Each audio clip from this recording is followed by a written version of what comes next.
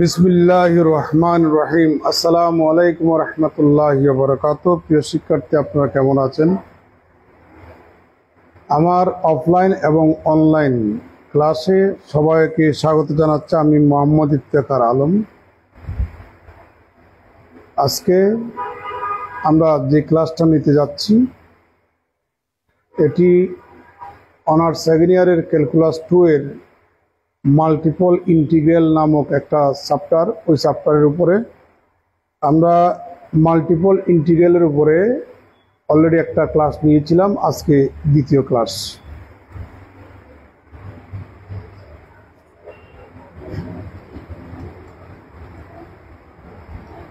Find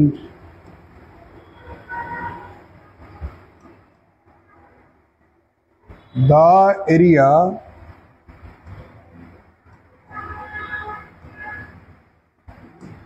of the region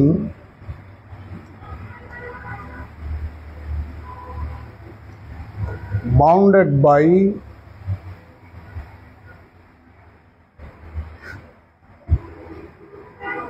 twice y equal to 16 minus x square and x plus twice y equal to 4.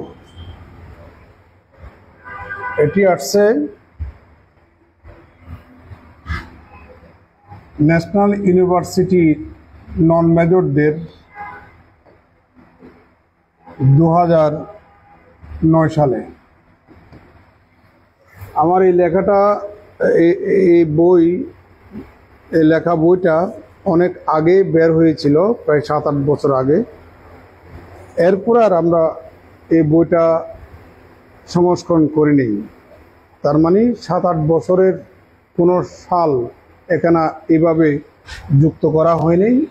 দেখবেন এই অঙ্কটা এরপরে আরও হয়তো কয়েকবার আসছে, মেজরদেরও আসে, নন মেজরদেরও আসে।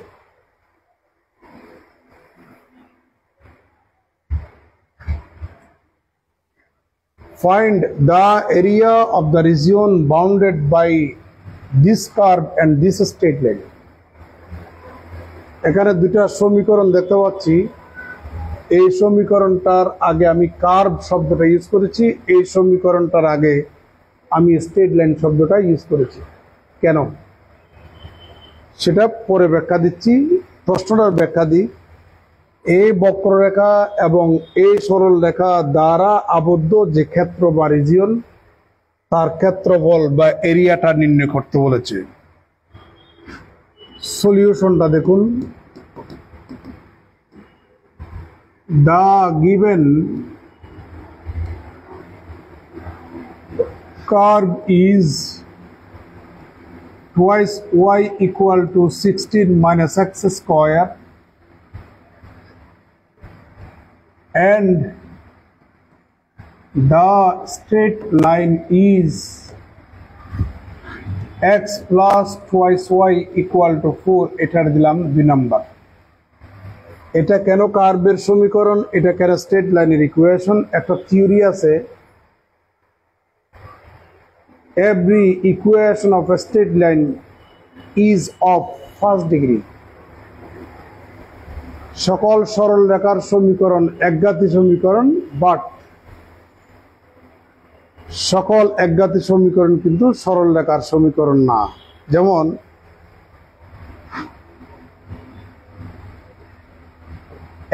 ax plus by plus cz plus d equal to 0, এটাও কিন্তু একঘাতী সমীকরণ, কিন্তু এটা সরল রেখার সমীকরণ না, এটা হচ্ছে প্লেনের ইকুয়েশন। তাহলে সকল একঘাতী সমীকরণ কিন্তু সরল রেখার সমীকরণ না, বাট সকল সরল রেখার সমীকরণ একঘাতী সমীকরণ। আমরা দেখতে পাচ্ছি এই সমীকরণটার মধ্যে দুটা চলক আছে, প্রত্যেকটা চলকের ঘাত হচ্ছে 1। তার মানে নিঃসন্দেহে এই সমীকরণটা হচ্ছে একঘাতী একটা সমীকরণ। এই সমীকরণটা হচ্ছে একটা একঘাতী সমীকরণ, অতএব সেই সরল রেখার সমীকরণ। কিন্তু কোন একটা সরল রেখার সমীকরণে যদি ধ্রুব পথ থাকে এরকম, তাহলে সেই সরল রেখাটা মূল বিন্দু দিয়ে যাবে না। তার মানে সরল রেখার সমীকরণটা যদি হোমোজিনিয়াস না হয়, প্রত্যেকটা পদে মাত্রা যদি সমান না হয়, যেমন প্রথম দুটা পদে মাত্রা সমান, তৃতীয় পদে এমন কোনো চলক x কিংবা y নেই যার পাওয়ার কত হবে, 1 হবে, তার মানে তিনটা পদে মাত্রা সমান নয়, বাট একঘাতী। এই জন্য সরল রেখা ধ্রুব পথ থাকার কারণে সমীকরণটা সমমাত্রিক হয়নি, এই জন্য সেই সরল রেখাটা মূল বিন্দুগামী নয়। আর আমরা জানি যদি সেই সমীকরণটা সমমাত্রিক হয় তাহলে সরল রেখাটা মূল বিন্দু দিয়ে যাবে। যেহেতু এটা ফুট থাকার কারণে সমীকরণটা সমমাত্রিক না, তাহলে মূল বিন্দু দিয়ে যাবে না, এটা আমরা নিশ্চিত হলাম। আর ঘাত যদি একের অধিক হয় কিংবা এক থেকে যদি কম হয়, সমীকরণটা হবে বক্ররেখার সমীকরণ। ম্যাক্সিমাম ক্ষেত্রে ঘাত যদি একের অধিক হয় উত্তল আকৃতি হয় বক্ররেখাটা, আর এক থেকে যদি কম হয় বক্ররেখাটা ম্যাক্সিমাম ক্ষেত্রে অবতল আকৃতি হয়। তবে কিছু ব্যতিক্রম গ্রামারও আছে, যেমন কোন একটা বক্ররেখার যদি এসিমপুট বা অসীমতট থাকে, ঘাত একের অধিক হওয়া সত্ত্বেও অনেক ক্ষেত্রে বক্ররেখাটা অবতল ফরম্যাটে হয়। আচ্ছা, এই জন্য এই সমীকরণটা কার্ভের সমীকরণ, এটা হচ্ছে সরল রেখার সমীকরণ। ঘাত যেহেতু একের অধিক, এটা বক্ররেখার সমীকরণ। একের অধিক হলে বক্ররেখাটা উত্তল আকৃতি হবে। এবার যেহেতু আমরা এরিয়া বের করব ডাবল ইন্টিগ্রালের মাধ্যমে, তো এরিয়া এটা একটা কনস্ট্যান্ট, লেংথ এটা একটা কনস্ট্যান্ট, আয়তন বা ভলিউম এটা একটা কনস্ট্যান্ট, এবং এরা সবাই কিন্তু রিয়েল নাম্বার হয়। তাহলে আমরা যেহেতু ইন্টিগ্রাল ইউজ করব, ডেফিনিট ইন্টিগ্রালের রেজাল্ট সবসময় কনস্ট্যান্ট হবে, আর ইনডিফিনিট ইন্টিগ্রালের রেজাল্ট সবসময় ফাংশন হবে। তো যেহেতু আমরা ডেফিনিট ইন্টিগ্রেশন ইউজ করে, ডাবল ইন্টিগ্রাল ইউজ করে আমরা রিজিয়নটার ক্ষেত্রফল বের করব। আপনারা জানেন ক্ষেত্রফল এটা একটা কনস্ট্যান্ট টার্ম, কিন্তু সেই কনস্ট্যান্টটা হতে হবে রিয়েল নাম্বার এবং পজিটিভ, কারণ এরিয়া বা ক্ষেত্রফল বা দৈর্ঘ্য বা আয়তন এগুলো কখনো নেগেটিভ হয় না। তো কনস্ট্যান্ট ভ্যালু যেহেতু আমাদের আনতে হবে, তাহলে সেই ইন্টিগ্রালটা যেটা আমরা ইউজ করব ডাবল ইন্টিগ্রাল, অবশ্যই এখানে লিমিট লাগবে, ডেফিনিট ইন্টিগ্রাল হতে হবে। তাহলে প্রশ্নের মধ্যে কোনো লিমিট আমরা দেখতে পাচ্ছি না, লিমিটটা আমরা নির্ধারণ করব চিত্র থেকে। এই জন্য মাল্টিপল ইন্টিগ্রালের কাজগুলি করার আগে আমরা চিত্রটা অঙ্কন করার চেষ্টা করব, কারণ চিত্রই আমাদেরকে মেসেজ দিবে এক্স এর লিমিট কত থেকে কত হবে, ওয়াই এর লিমিট কত থেকে কত হবে। এই জন্য আগে চিত্র অঙ্কন করা লাগবে, এই জন্য আমাদের চিত্র অঙ্কন করা লাগবে। কেমন?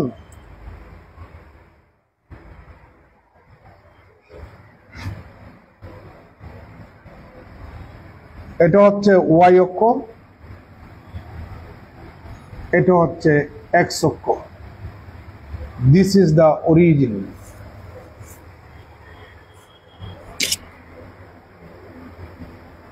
আমি এখন এই বক্ররেখার চিত্রটা আগে অঙ্কন করি। কিছু গ্রামার বলতেছি, ভালো মতো খেয়াল করুন। কোন একটা বক্ররেখার সমীকরণে এক্স এর পরিবর্তে মাইনাস এক্স বসালে যদি বক্ররেখার সমীকরণটার কোনো পরিবর্তন না হয়, তাহলে বক্ররেখাটা হবে ওয়াই অক্ষের সাপেক্ষে প্রতিসম। ঘাত যেহেতু একের অধিক উত্তল আকৃতি হবেই। তাহলে দেখুন, আমরা এখানে এক নম্বরে রিপ্লেসিং এক্স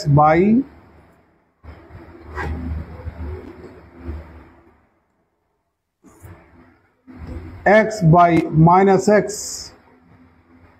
উই গেট, আমরা 1 নম্বর সমীকরণে এক্স এর স্থলে মাইনাস এক্স বসাই, তাহলে পাচ্ছেন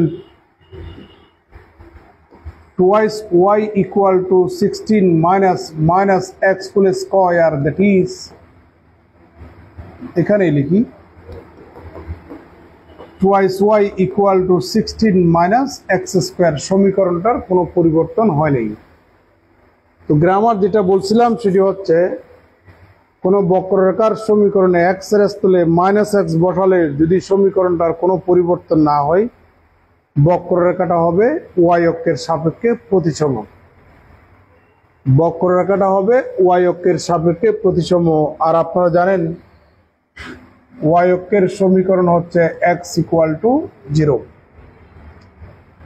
তাহলে বক্ররেখাটা হবে y অক্ষের সাপেক্ষে প্রতিসম। আপনারা জানেন y অক্ষে x এর মান কত বলেন? 0। তাহলে so the curve 1 is symmetrical about y axis, that is the line x equal to 0, মানে x equal to 0 সরলরেখা তথা y অক্ষের সাপেক্ষে প্রতিসম। এখন আমরা x equal to 0 এই সমীকরণটাতে বসাবো। So if x equal to 0, then 1 নম্বর সমীকরণটাতে আমরা y সমান পাচ্ছি কত বলুন তো দেখি? 8। x এর মান যদি 0 বসান y equal to কত পাচ্ছেন? 8 পাচ্ছেন। তাহলে সুতরাং x, y equal to 0, 8 এটা হচ্ছে বক্ররেখাটার শীর্ষবিন্দু এবং এই বিন্দু দিয়া বক্ররেখাটা y অক্ষটাকে কাট করবে, মানে y অক্ষকে এই বিন্দু দিয়া কাট করবে। এত is the vertex of the given curve। বুঝতে পারছেন? তাহলে আমরা এই বিন্দুটার সন্ধানে বের হই। এখানে ভুজ 0 খুঁটি 8, কোন একটা বিন্দুর ভুজ যদি 0 হয় বিন্দুটা y অক্ষের উপরে অবস্থান করবে। তাহলে আমরা নিশ্চিত হলাম পয়েন্টটা y অক্ষের উপরে অবস্থান করবে। আর খুঁটি যদি ধনাত্মক হয় পয়েন্টটা মূল বিন্দুর উপরে অবস্থান করবে, ঋণাত্মক হলে মূল বিন্দুর নিচে অবস্থান করবে। আমি এই x অক্ষটা আর একটু নিচে ড্র করতে চাই। x অক্ষটা আর একটু নিচে ড্র করব। এখানে ড্র করি, এটা হচ্ছে আমাদের x অক্ষ। কেমন? আচ্ছা, তাহলে এটা হচ্ছে আমাদের মূল বিন্দু। তাহলে 1 একক, 2 একক, 3 একক, 4 একক, 5 একক, 6 একক, 7 একক, 8 একক, এটাই হচ্ছে আমাদের বক্ররেখাটার শীর্ষবিন্দু। এই বিন্দু দিয়ে y অক্ষকে কাট করবে, অর্থাৎ এই বিন্দুটা y অক্ষকে কাট করবে এই বিন্দুতে বক্ররেখাটা, আর এই পয়েন্টটা হচ্ছে আমাদের শীর্ষবিন্দু। এখন আমি বলছিলাম ঘাত যেহেতু 1 এর অধিক, বক্ররেখাটা উত্তল আকৃতি হবে। আর x এর স্থলে মাইনাস এক্স বসানোর পরে সমীকরণটার কোনো ধরনের চেঞ্জ হয় নাই, তাহলে বক্ররেখাটা হবে y অক্ষের সাপেক্ষে প্রতিসম। তাহলে y অক্ষের সাপেক্ষে প্রতিসম এভাবেও হতে পারে, ওভাবেও হতে পারে। উত্তল আকৃতি হবে, যেহেতু ঘাত 1 এর অধিক উত্তল আকৃতি হবে। x এর স্থলে মাইনাস এক্স বসালে সমীকরণটার যেহেতু কোনো পরিবর্তন হচ্ছে না, বক্ররেখাটা ওয়াই এর সাপেক্ষে প্রতিসম, তাহলে নিচেও হতে পারে উপরেও হতে পারে। একটু পর্যন্ত কারো কোনো আপত্তি আছে কিনা? এবার দেখা যাক, আমরা এই পয়েন্টটার উপরে আর একটা পয়েন্ট নিচ্ছি, তাহলে এই পয়েন্টটার স্থানাঙ্ক কত হবে? 0,9 হবে না? দেখি আমরা সেই 0,9 এই পয়েন্ট দিয়া আমার প্রদত্ত সমীকরণটা স্যাটিসফাই হয় কিনা। আপনি এক্স এর মান যখন 0 বসাবেন আর ওয়াই এর মান যখন আপনি 9 বসাবেন, তাহলে 18 = 16 পাচ্ছেন, ঠিক কিনা? 18 = কি পাচ্ছেন? 16 পাচ্ছেন। এটা কি সত্য না মিথ্যা? এটা কি সত্য না মিথ্যা? 18 এবং 16 কি সমান? তাহলে সমান না, আপনারা জানেন।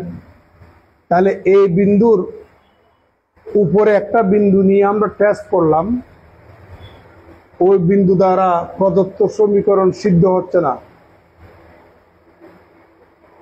এই শীর্ষবিন্দুর উপরে তো হাজার হাজার কোটি কোটি বিন্দু আছে, তাহলে একটা বিন্দু দিয়ে আমরা টেস্ট করলাম, ওই বিন্দু দিয়া প্রদত্ত সমীকরণটা স্যাটিসফাই হচ্ছে না। ঠিক একইভাবে ওই বিন্দুর উপরে যা আছে কোনো বিন্দু দ্বারা আমার 1 নম্বর সমীকরণটা স্যাটিসফাই হবে না। অতএব আমার চিত্রটা ওদিকে না হইয়া নিচের দিকে হবে, এটাই কনফার্ম। আমরা নিশ্চিত হয়ে গেলাম। বুঝতে পারছেন? এখন কথা হচ্ছে, এটা কি আরো একটু ক্লোজলি হবে নাকি সিরেঙ্গে ভাষায় বলা হয় আর একটু সারাইন না হবে, মানে আর একটু ওপেনলি হবে? আমরা এখনো নিশ্চিত না। তবে এটা সত্য, আপনি যখন এটাকে যখন নিচের দিকে নিচে আনবেন, নিচের দিকে টেনে নিয়ে আসবেন, কোনো না কোনো একটা সময়ে এক অক্ষকে কি করবে? সেট করবে। তাহলে এক অক্ষের সমীকরণ হচ্ছে আমাদের y = 0। তাহলে সেই y = 0 সরল রেখা এবং এই বক্ররেখা, তার মানে 1 নম্বর বক্ররেখাটা আপনি সমাধান করুন। সমাধান করলে আপনি এক অক্ষকে যে বিন্দুতে ইন্টারসেক্ট করবে ওই বিন্দুগুলির স্থানাঙ্ক পেয়ে যাবেন। এখন আমরা y = 0, তার মানে এক অক্ষের সমীকরণ এবং 1 নম্বর বক্ররেখার সমীকরণ সমাধান করব। বুঝতে পারছেন? তাহলে আমরা এখন সমাধান করব। এখন আমরা সমাধান করব। কথাগুলো আপনি আপনাদের মতো করে লিখতে পারবেন, সুন্দর করে লিখতে পারবেন আপনাদের মতো করে। কেমন? আমি সংক্ষেপে লিখতেছি। তাহলে 1 নম্বর সমীকরণে আপনি y = 0 বসান। তাহলে y = 0 বসাবেন 1 নম্বর সমীকরণে, তাহলে পাবেন x² = 16। তাহলে x = কত? +-4। কারো কোনো আপত্তি আছে? তাহলে আমরা এখানে দুইটা বিন্দু পাচ্ছি, x, y = 4, 0, আর একটা হচ্ছে -4, 0। x এর মান 4, y এর মান 0, x এর মান -4। এই দুটা পয়েন্ট হচ্ছে আমাদের সেই ছেদবিন্দু, যে বিন্দু দুটাতে আমাদের বক্ররেখাটা x অক্ষকে ছেদ করবে। তাহলে এবার দেখি, এটা হচ্ছে 1 একক, 2 একক, 3 একক, 4 একক। 1 একক, 2 একক, 3 একক, 4 একক। বুঝতে পারছেন? এবার আমি অন্য কালার নিচ্ছি। তাহলে আমাদের বক্ররেখাটা এটা এভাবেই যাবে, বক্ররেখাটা এভাবেই যাবে। ঠিক আছে? হ্যাঁ, ওকে। এবার আমরা সরল রেখাটা ড্র করি। তাহলে আমাদের এই সরল রেখার সমীকরণটাকে তো এভাবেও লেখা যায়, x/4 + y/2 = কত? 1। এটা এমন একটা সরল রেখা, যে সরল রেখাটা x অক্ষ থেকে 4 একক ধনাত্মক অংশ, y অক্ষ থেকে 2 একক ধনাত্মক অংশ খণ্ডন করে। কেমন? এটা অন্য কালার নিচ্ছি। তাহলে x অক্ষ থেকে 4 একক, y অক্ষ থেকে 2 একক। তাহলে আমাদের এটা হচ্ছে আমাদের সেই সরল রেখাটি। ঠিক আছে? এবার এই সরল রেখার সমীকরণ কোনটা? x plus twice y equal to 4। তার মানে এখানে আপনি পাচ্ছেন y equal to 1/2 into 4 minus x। কিছু কি বুঝলেন? y এর মান বের করুন। Twice y equal to 4 minus x, 2 দিয়ে ভাগ করুন, তাহলে y এর মান। এবার এই বক্ররেখার সমীকরণ কোনটা? এটি। তাহলে এখানে আপনি y এর মান পাচ্ছেন 8 minus x square divided by কত বলেন? 2। কারো কোনো আপত্তি আছে? এবার এই বক্ররেখা এবং এই সরল রেখা দ্বারা আবদ্ধ ক্ষেত্র কোনটা? এটাই তো। এখন আমরা এই ক্ষেত্রের ক্ষেত্রফল ইনশাআল্লাহ আমরা বের করব। কেমন? তাহলে এই সরল রেখা এবং এই বক্ররেখা দুটা পয়েন্টে ছেদ করে এখন আমরা ছেদ বিন্দুগুলা বের করব। একটা বিন্দু কিন্তু অলরেডি দেখা যাচ্ছে, সেটা হচ্ছে আমাদের 4, 0 বিন্দু। এই বিন্দুটার স্থানাঙ্ক আমরা এখনো জানি না, এখন আমরা সমাধান করব। কেমন? তাহলে এখন আমরা সমাধান করব by solving 1 and 2 we get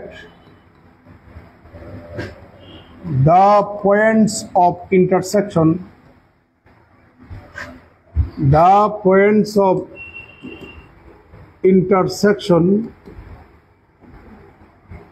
of the curve 1 and the line। সংক্ষেপে লাইন লিখলে হবে। আমরা এখন সমাধান করব। সুতরাং কার্ভের সমীকরণটা কি ছিল? Twice y equal to 16 minus x square, twice y equal to 16 minus x square, and সরল রেখার সমীকরণ ছিল x plus twice y equal to 4, x plus twice y equal to 4। সমাধান করুন। আপনি আপনার ইচ্ছা মতো করতে পারবেন। আপনি টুয়াইস ওয়াই এর এই ভ্যালুটা এখানে বসাই দেন, তাহলে x plus 16 minus x square equal to 4। Twice y এর ভ্যালুটা বসাই দিলাম। তাহলে এখানে পাচ্ছি x square minus x minus 12 equal to 0, और x square minus 4x minus 3x minus 12 equal to 0। x common लें, x माइनस 4 माइनस 3 कॉमन लें, माइनस 4 इक्वल टू 0, और x minus 4 into x plus 3 equal to 0। সুতরাং x equal to -3 পাচ্ছেন আর একটা 4 পাচ্ছেন। when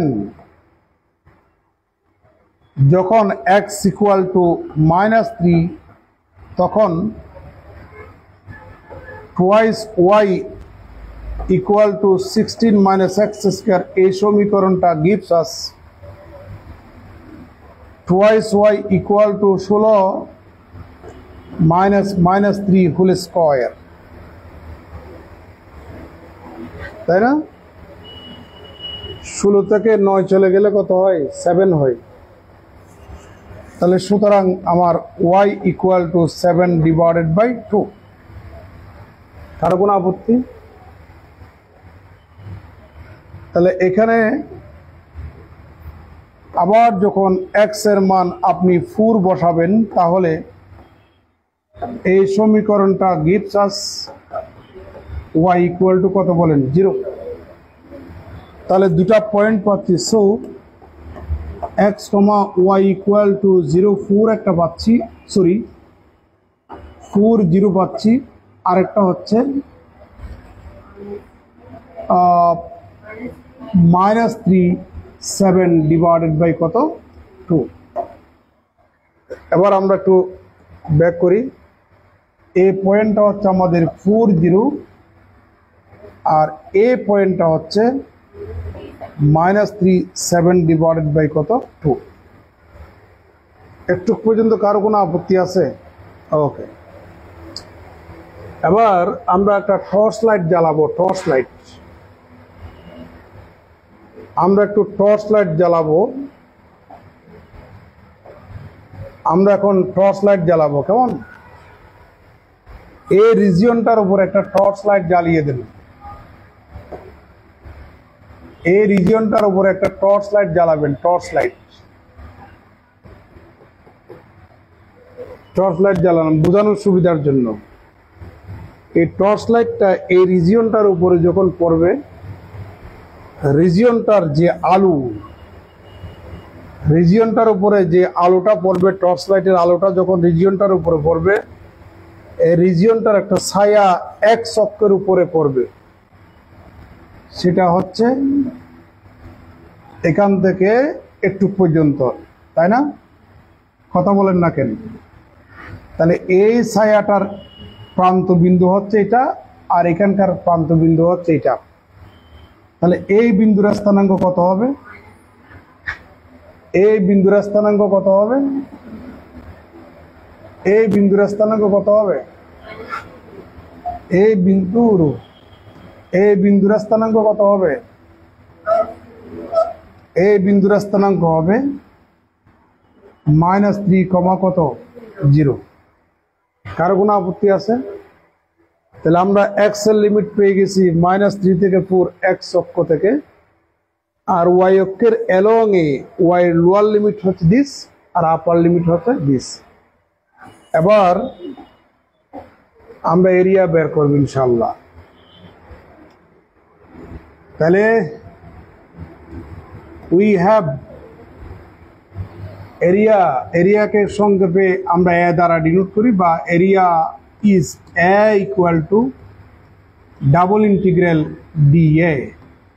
এটাই হচ্ছে আমাদের এরিয়া বের করার ফর্মুলা। ডাবল ইন্টিগ্রাল ইউজ করে এরিয়া বের করার ফর্মুলা।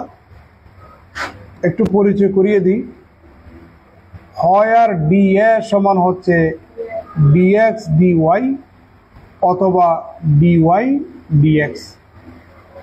এখানে খেয়াল করুন, চিত্রের মধ্যে আমরা এক্স এর যে দুটা লিমিট পেলাম -3 থেকে 4, এই দুটা কনস্ট্যান্ট, আর ওয়াই লিমিটগুলো ছিল ভেরিয়েবল যুক্ত, ফাংশন যুক্ত, এক্স এর ফাংশন যুক্ত। তাহলে যার লিমিট কনস্ট্যান্ট তার সাপেক্ষে ইন্টিগ্রেশন পরে করতে হবে, যার লিমিট এর মধ্যে ভেরিয়েবল যুক্ত থাকে তার ইন্টিগ্রেশন আগে করবেন। অর্থাৎ আমাদের ডাবল ইন্টিগ্রালের জেনারেল ফরম্যাট হচ্ছে এরকম, ডিএক্স ডিওয়াই। তাহলে এটা হচ্ছে এক্স এর সাপেক্ষে, আর এটা কার সাপেক্ষে? ওয়াই এর সাপেক্ষে। তাহলে ওয়াই এর লিমিট কনস্ট্যান্ট যুক্ত হবে, আর এক্স এর লিমিট ওয়াই এর ফাংশন হবে। অথবা ডাবল ইন্টিগ্রাল ডিওয়াই ডিএক্স, এটি হচ্ছে ওয়াই এর সাপেক্ষে আর এটি হচ্ছে এক্স এর সাপেক্ষে। এক্স এর লিমিট এ থেকে বি, আর ওয়াই এর লিমিট হবে এক্স এর ফাংশন। বুঝতে পারছেন? এখন কি আমরা এটাই ইউজ করব নাকি এটাই ইউজ করব? এটাই ইউজ করব। কেন? এক্স এর লিমিট কনস্ট্যান্ট ছিল। ওকে, এবার দেখা যাক।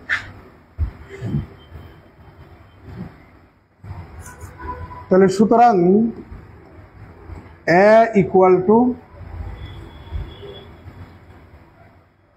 ডি এ সমান আমরা এখানে ডিওয়াই ডিএক্স বসাবো।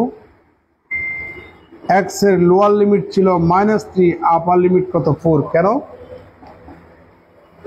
এক্স অক্ষের একটা বৈশিষ্ট্য হচ্ছে যত ডানে যাবে মান তত বাড়তে থাকবে, যত বামে আসবে এক্স এর মান তত কমতে থাকবে। লোয়ার লিমিট ছোট হবে, আপার লিমিট বড় হবে। এই দুইটা মানের মধ্যে 4টা বড় আর -3টা ছোট, এই জন্য -3টা লোয়ার লিমিট আর 4টা হচ্ছে আপার লিমিট। এক্ষেত্রে কি ছোট বড় কি বোঝা যাচ্ছে? এই যে ওয়াই এর দুটা মানের মধ্যে ছোট বড় তো বোঝা যাচ্ছে না। এটা ওয়াই অক্ষের অ্যালংয়ে। আপনারা জানেন ওয়াই অক্ষ বরাবর যত উপরে যাবে ওয়াই এর মান বাড়তে থাকবে, যত নিচে আসবে ওয়াই এর মান কমতে থাকবে। তাহলে এটা এর নিচে অবস্থান করছে, এটা লোয়ার লিমিট, এটা হচ্ছে আপার লিমিট। মানগুলো একটু মনে রাখেন, আমার ওখানে লাগবে। ওয়াই এর lower limit 1/2 into 4 minus x. তাহলে ওয়াই এর লোয়ার লিমিট হচ্ছে 1/2 into 4 minus x. Upper limit কত যেন? 8 minus x square divided by কত? 2। কারো কোনো আপত্তি? এবার আমরা ইন্টিগ্রেশন করব কার সাপেক্ষে? ওয়াই এর সাপেক্ষে। এখন আমরা ইন্টিগ্রেশন করব ওয়াই এর সাপেক্ষে। এখন আমরা ইন্টিগ্রেশন করব ওয়াই এর সাপেক্ষে। ইন্টিগ্রেশন ডি ওয়াই সমান কত বলেন? Y y equal to 1 divided by 2 into 4 minus x আর এখানে 8 minus x square divided by 2 dx equal to x equal to minus 3 থেকে 4। আপার লিমিট বসাবেন বিয়োগ লোয়ার লিমিট বসাবেন, তার মানে আপনি পাবেন 8 minus x square divided by 2 minus 1/2 into 4 minus x, তারপর হচ্ছে dx equal to x equal to minus 3 থেকে 4। এখানে 8 minus x square divide by 2 minus 2 plus x divided by 2 dx। কার কোনো আপত্তি? ইকুয়াল টু x এখানে আর x ইকুয়াল টু লেখার দরকার নাই, কারণ ভেরিয়েবল আছে তো একটা। তাহলে মাইনাস 3 থেকে 4 আর এখানে পাচ্ছি আমাদের 6 plus x by 2 minus x square divided by 2 dx.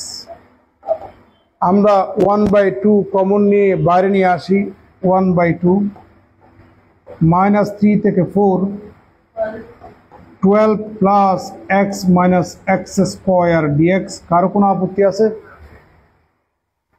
এবার পরবর্তী লাইন। তাহলে সুতরাং area is A equal to 1 divided by 2 normal integration 12x plus x square by 2 minus x cube divide by 3। 12x x square by 2 minus x cube divided by 3 minus 3 থেকে 4 1 divided by 2 upper limit বসান 12 into 4 plus 4 square by 2 minus 4 cube divided by 3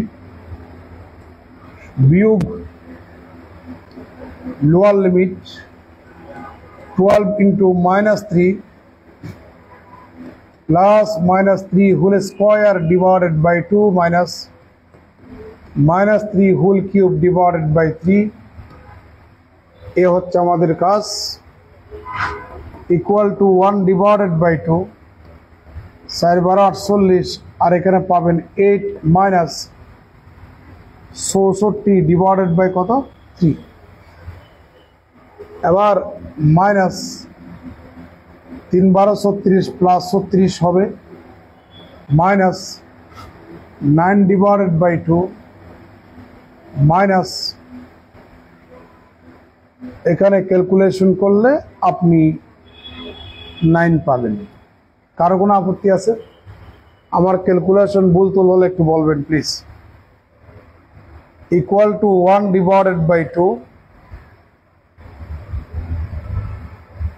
48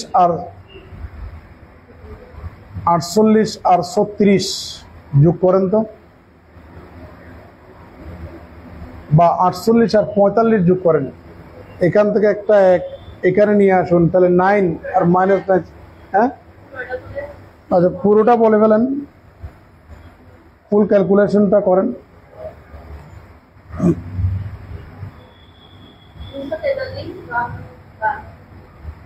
343 divided by 12। হ্যাঁ point লাগবে না, এটা হচ্ছে real number এবং ধনাত্মক। আপনারা জানেন এরিয়ার একক হচ্ছে বর্গ একক, তাহলে আমরা এখানে লিখব স্কোয়ার ইউনিটস। আর কোনো আপত্তি আছে? এ হচ্ছে আমাদের অঙ্ক। আমরা নেক্সট অঙ্কতে চলে যাচ্ছি। আপনার তাড়ি আর একটু বসেন, সঙ্গে কম দেখি, বুড়ো বুড়ো হয়ে গেছি তো।